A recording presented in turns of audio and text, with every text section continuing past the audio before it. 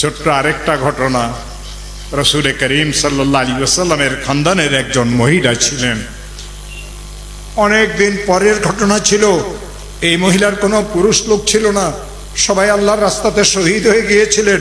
ছোট ছোট কয়েকটা বাচ্চা নিয়ে মদিনার উপকণ্ঠে মহিলা বসবাস করতেন।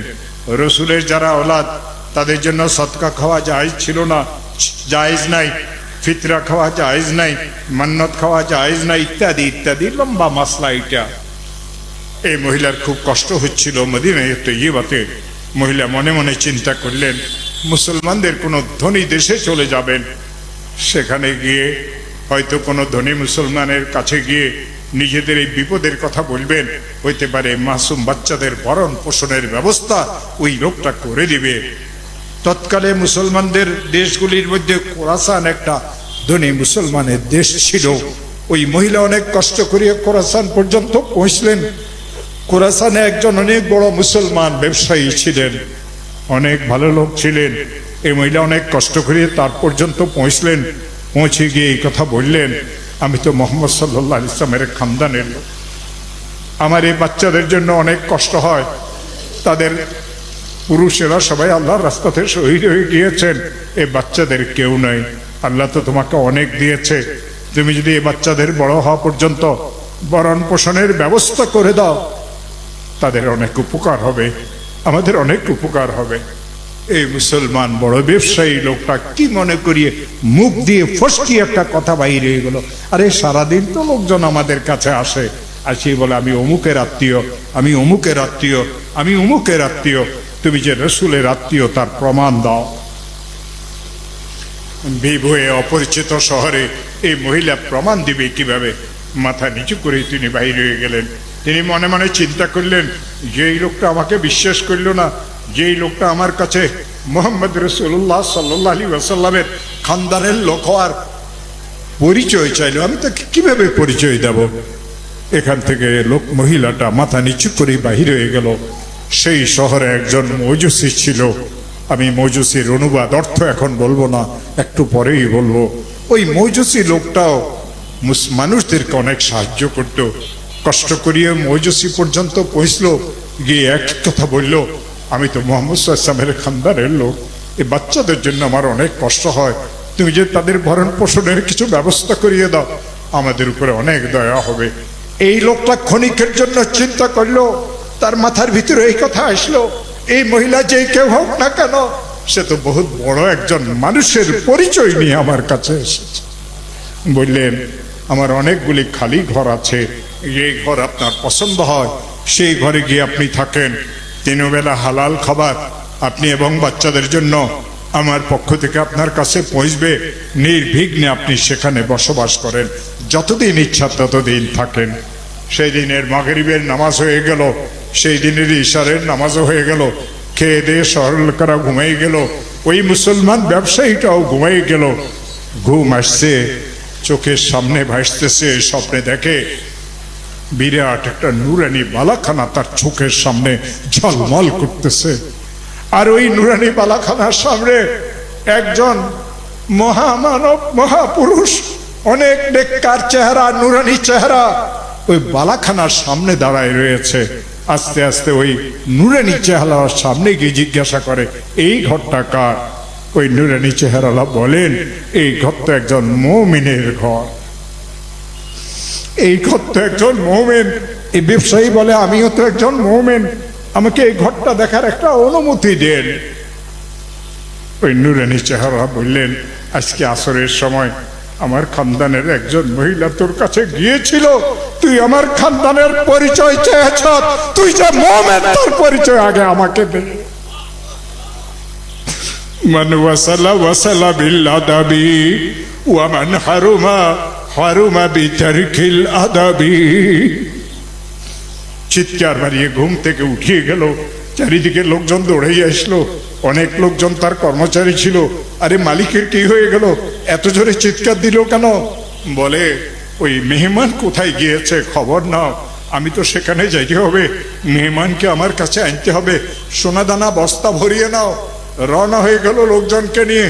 খবর পাইল মজুসির ঘরে ওই মেহমান আশ্রয় নিয়েছে।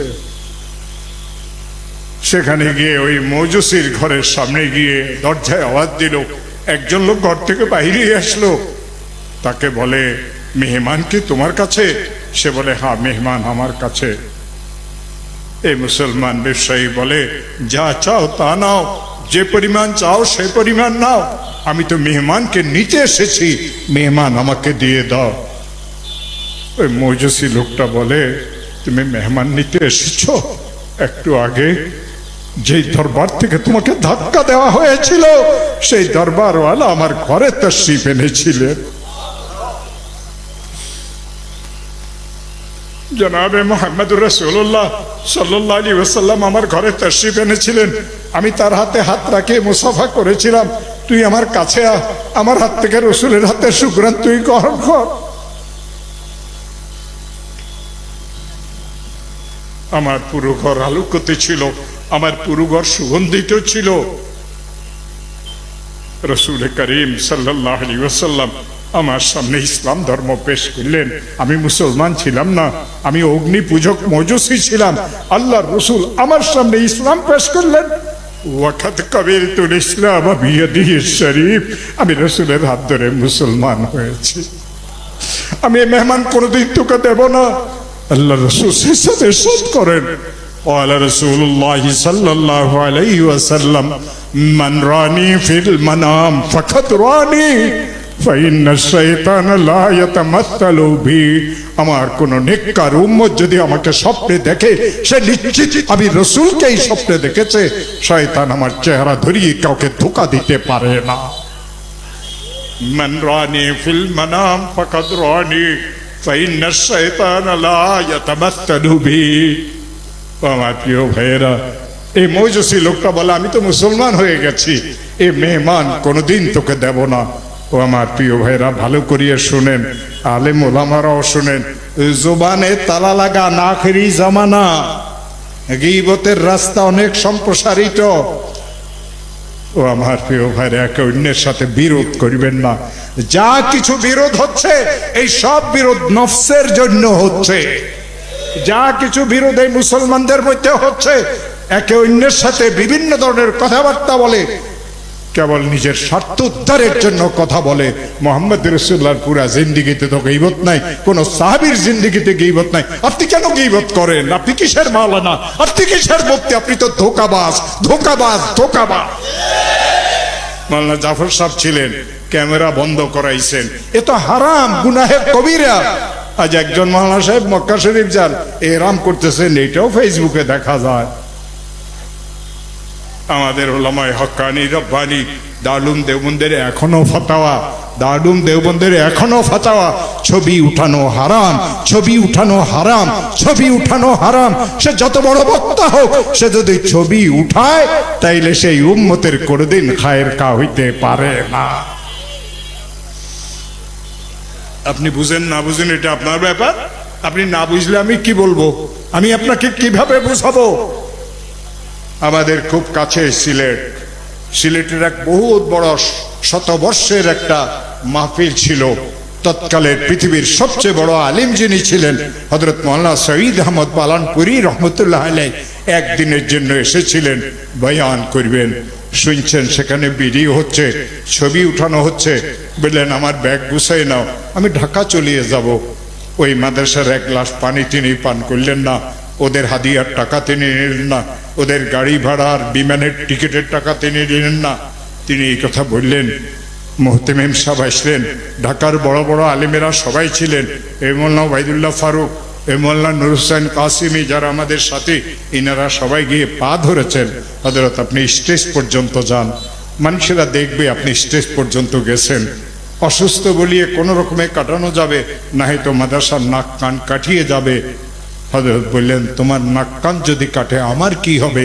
যে স্টেজে মুহাম্মদুর রাসূলুল্লাহর নাফরমানি হয়, আমি মুহাম্মদের গোলাম হয়ে সেই স্টেজে যাইতে পারবো না। আজ কোথায় সেই উলামায়ে কেরাম? এই জন্য আমার প্রিয় ভাইয়েরা, ছবি ইসলাম ধর্মে হারাম। যখন দেওবন্দ মাদ্রাসা ফতুয়া দিবে যে হালাল, সেই দিন আমরা মানব। যতদিন দেওবন্দ মাদ্রাসা ফতুয়া দিবে না, ততদিন আমরা আমাদের আকাবিরদের, আমাদের বড়দের, আমাদের মুরব্বীদের, আমাদের হক্কানি রব্বানি মাশায়েখদের ওই তর্জের উপরে আমরা আমাদের জীবনী চালু। ও আমার প্রিয় ভাইয়েরা, ওই লোক বলে যে আমি কোনো অবস্থাতে তোমাকে মেহমান দেব না, মেহমান তো আমি আমার কাছে রাখবো। আল্লাহ রাসূল বলেন মান ওয়াসালা ওয়াসালা বিল্লাদাবি। আপনি বড় পীরের মুরিদ হইতে পারেন, কিন্তু আল্লাহ পর্যন্ত পৌঁছতে শর্ত একটা। আপনি বড় বুজুর্গের আওলাদ হইতে পারেন, সন্তান হইতে পারেন, আল্লাহ পর্যন্ত পৌঁছার শর্ত একটা, মান ওয়াসালা ওয়াসালা বিল্লাদাবি। আল্লাহ পর্যন্ত সেই কেবল পৌঁছবে যে আদবকে রক্ষা করবে। আল্লাহর আদব, রসুলের আদব, ইসলামের আদব, কোরআনের আদব, হাদিসের আদব। যেখানে আল্লাহর পক্ষ থেকে অনুমতি নেই, রসুলের পক্ষ থেকে অনুমতি নেই, কোরআনের পক্ষ থেকে অনুমতি নেই, হাদিসের পক্ষ থেকে অনুমতি নেই, কেন আপনি করেন? কেন মুসলমানদেরকে ধোঁকা দেন? মান ওয়াসালা ওয়াসালা বিল্লাদাবি।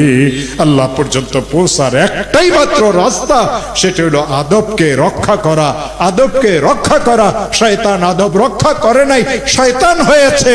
আর আদম হযরতে হক সুবহানাহু ওয়া তাআলার আদব রক্ষা করেছেন, সফিউল্লাহ হয়েছেন।